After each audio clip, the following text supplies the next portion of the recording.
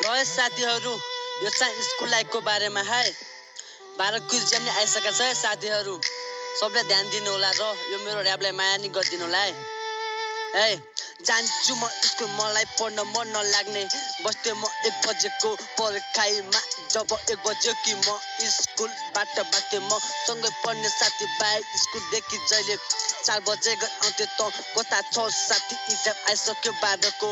बसे म इक्जाम हलमा क्वेसन हेर्दा चाहिँ चल मलाई गाह्रो भयो मलाई सोध्यो घरमा आमाले छोरा इक्जाम चाहिँ कस्तो भयो आजको राम्रै बाछ भन्थे म घरमा आमालाई ढाँटेर बसे म साथी इक्जाम हलमा